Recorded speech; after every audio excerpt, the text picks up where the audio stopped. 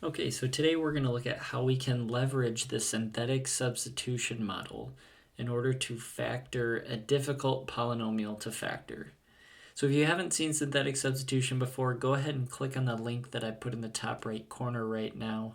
That would be very helpful for you in going through this example. So let's go ahead and let's look at this. Now, I have a polynomial here and I'm given that x plus 2 is a factor. What does that mean exactly?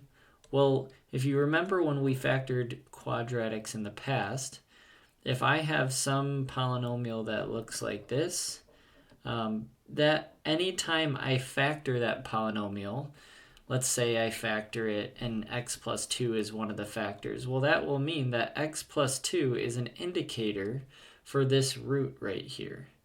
This root, if x plus 2 is a factor, we figure out that that root is equal to negative 2 by setting this factor equal to 0 since it's on the x-axis. So that would mean that after I subtract 2 from both sides, I would get x equals negative 2 is a root of my polynomial. So what that means is I can synthetically substitute this number into this polynomial.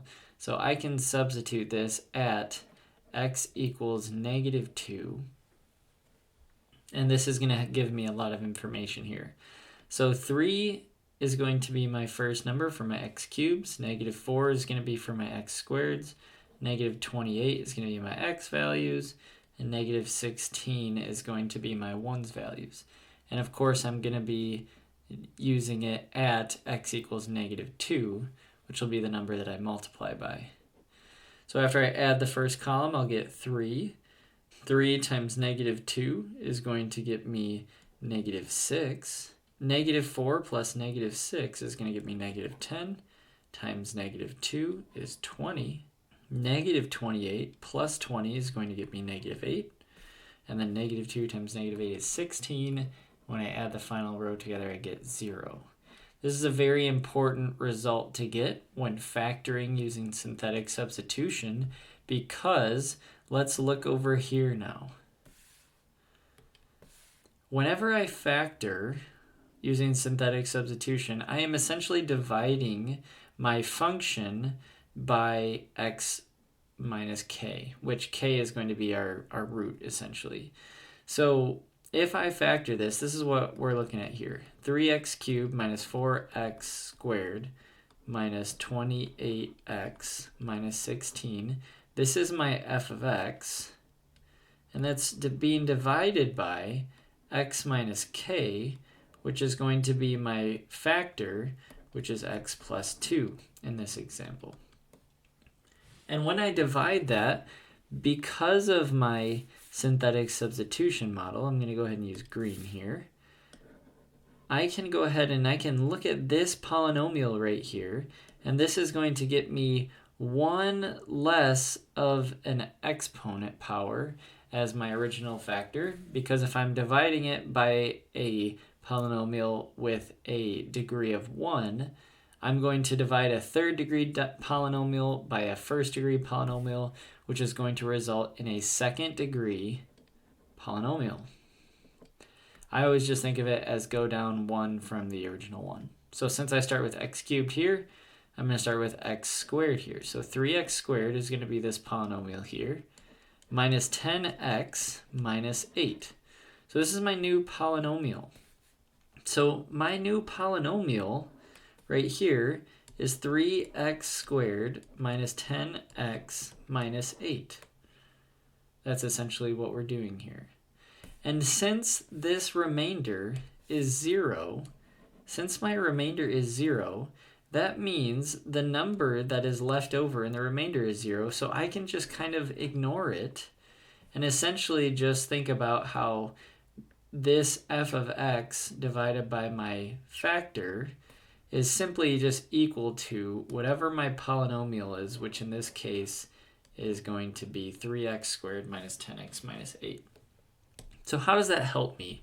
Well, algebraically, if I think about what's going on here, I have 3x cubed minus 4x squared minus 28x minus 16, and that's being divided by x plus 2. Well, what if I multiplied both sides by x plus 2? If I multiply this side by x plus 2, and I multiply this side by x plus 2, what I'm going to get is my factors are going to cancel on the left side, leaving me with just my original polynomial, and that's equal to my new polynomial, which is 3x squared minus 10x minus 8 times x plus 2, which is my original factor. So what we did was we factored out an x plus 2 from this original polynomial, and we got 3x squared minus 10x minus 8 times x plus 2. Now this is a factored out polynomial that I was able to find using my synthetic substitution model. So if you're skeptical of this and you wanted to just double check it, you could go ahead and you could FOIL this. You could use my box method while multiplying polynomials, and just down in the left hand corner here, let's check it. So 3x squared minus 10x minus 8, and I want to multiply that. And I want to multiply that by x plus 2. So if I distribute all these, I get 3x to the third minus 10x squared minus 8x, and then 3x squared times 2 is 6x squared minus 20x and negative 16. And sure enough, if I combine my like terms, what do I realize I get here? This gets me 3x cubed minus 4x squared. Negative 8 minus 20x is going to be minus 28x minus 16. And that is, if I check it out, that is my original polynomial right here that I divided by. So what did we do here? We successfully factored this polynomial, leveraging it with synthetic substitution, and my final answer now is going to be this. So that was a lot. But if you'd like to see one more example, I won't go through quite as much depth, but I will show you a little bit quicker, and maybe you'll see it the second time. So if you want to check out that example, I'll put it on the screen right now. I hope this helps.